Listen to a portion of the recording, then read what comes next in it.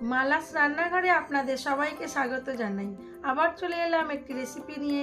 রেসিপিটি দেখুন, দেখে ভালো লাগলে লাইক, শেয়ার, সাবস্ক্রাইব অবশ্যই করবেন। কমেন্ট করতে ভুলবেন না কিন্তু। আজ বানাবো আমার দিদার মতো করে একটু কাতলা মাছের ঝাল।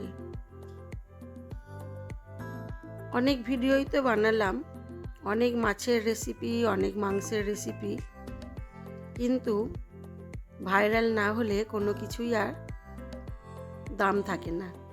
ভেবেছিলাম একটা কিছু করব, যেটা করলে মানুষ আমায় চিনবে। নিজের অস্তিত্ব তৈরি করা। অনেক কিছুই শিখেছি, কম্পিউটার শিখেছি, কাটিং শিখেছি, বিউটিশিয়ান কোর্স করেছি, অনেক কিছুই শিখেছি, কিন্তু কোনো কিছুতেই কিছু করতে দিল না বাড়ির গার্জেনরা। সেই জন্য লাস্ট বয়সে এসে ভাবলাম আমি কিছু না করেই নিজের জীবনটাকে নষ্ট করলাম বলবো না, তবুও একটা নিজের অস্তিত্ব তৈরি করার অবশ্যই দরকার প্রত্যেকেরই। সেই ভেবেই আমার ভিডিও তৈরি করা। কিন্তু 5 বছর ধরে ভিডিও করছি, যদিও আগে এইভাবে করতাম না, 1 বছর হলো রেগুলার করছি। তবুও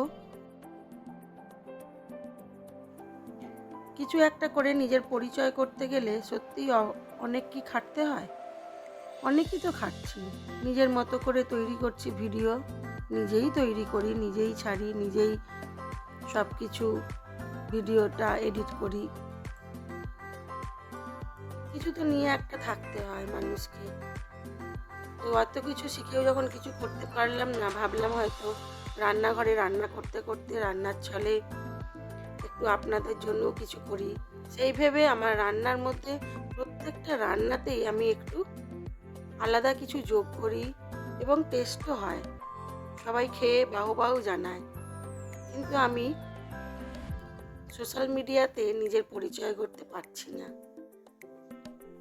জানি না আর কোনোদিন ভাইরাল হতে পারবো কি না, বা ভিডিও ছাড়ার যে একটা চিন্তা ভাবনা সেটাও যেন আস্তে আস্তে চলে যাচ্ছে। আপনারা কে কে আমার ভিডিও দেখেন একটু যদি জানাতেন, এবং আপনাদের কেমন লাগে। আচ্ছা, বলে রাখি, এখানে আমার কাতলা মাছটাতে ভালো করে ধুয়ে নুন হলুদ মাখিয়ে নিয়েছি। এবারে দিয়ে দিলাম পরিমাণ মতো সর্ষের তেল। সর্ষের তেলটা একটু বেশিই দেব। আজ আমি দিদার মতো করে কাতলা মাছের ঝাল বানাবো, সর্ষে আর লঙ্কা বেটে। মাছগুলোকে তাই জন্য ভালো করে ভাজবো, আপনারা চাইলে কমও ভাজতে পারেন। মাছগুলোকে একেবারে লাল লাল করে ভেজে তুলে নেব। যদিও টাটকা মাছ, আপনারা একটু কমই ভাজতে পারেন।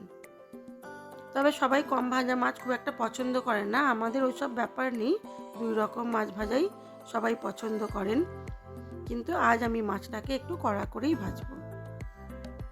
আমার দিদা কখনো কাতলা মাছ বা যে কোনো মাছের মধ্যে পেঁয়াজ দিতেন না।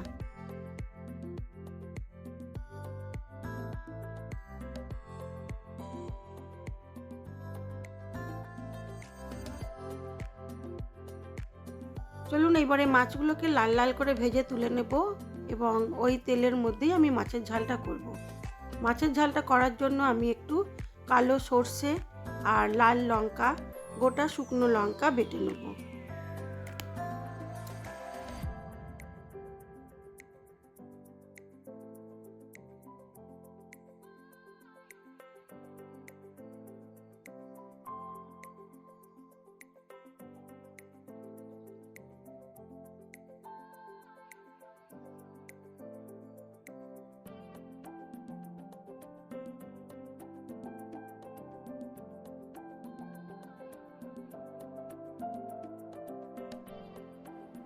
মাছটাকে খুব ভালো করে ভেজে নিয়েছি, এবারে তুলে নেব, নিয়ে ওই তেলের মধ্যেই মাছের ঝালটা করব।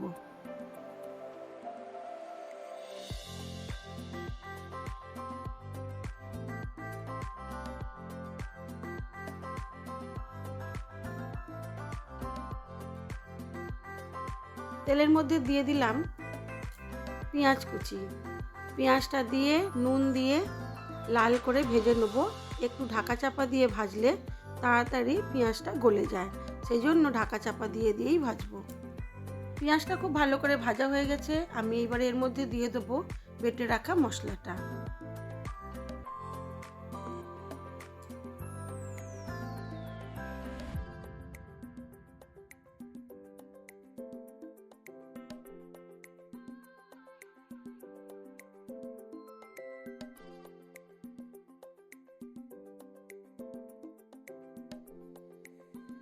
সর্ষে আর লঙ্কা বাটাটা দিয়ে দিলাম।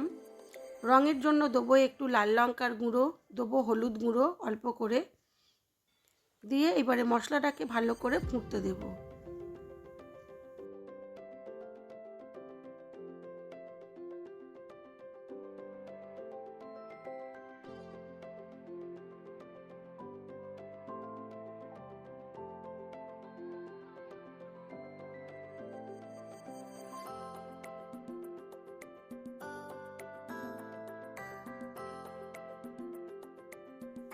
মশলাটা আমার খুব ভালো করে তৈরি হয়ে গেছে। এবারে দিয়ে দেবো ভেজে রাখা মাছগুলো।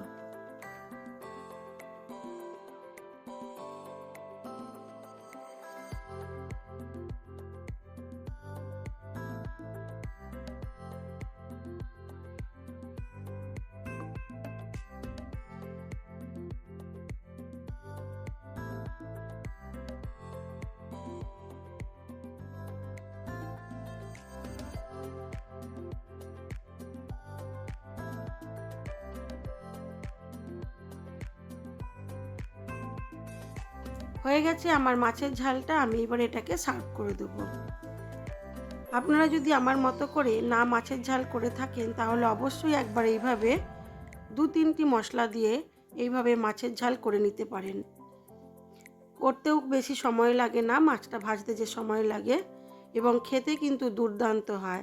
সাদা ভাতে আলু সেদ্ধ দিয়ে এই মাছের ঝাল দিয়েই এক থালা ভাত খেয়ে নেওয়া যায়। চলুন এবারে দেখাই আমার আজকের লাঞ্চ মেনুতে কি ছিল। আমার আজকের লাঞ্চ মেনুতে ছিল, আজ আমার লাঞ্চ মেনুতে আছে আলু পটলের কাশ্মীরি দম, যেটাকে বলে কাশ্মীরি আলুর দম। তার মধ্যে আমি একটু পটল দিয়ে দিয়েছিলাম, খেতে দুর্দান্ত হয়েছিল। আর ছিল ডাঁটার ঝাল সর্ষে পোস্ত দিয়ে, আর ছিল পাঁপড় ভাজা, ডাল আর কাতলা মাছের ঝাল। আজ এইটুকুই। সবাই ভালো থাকবেন, সুস্থ থাকবেন, নিজেদের খেয়াল রাখবেন।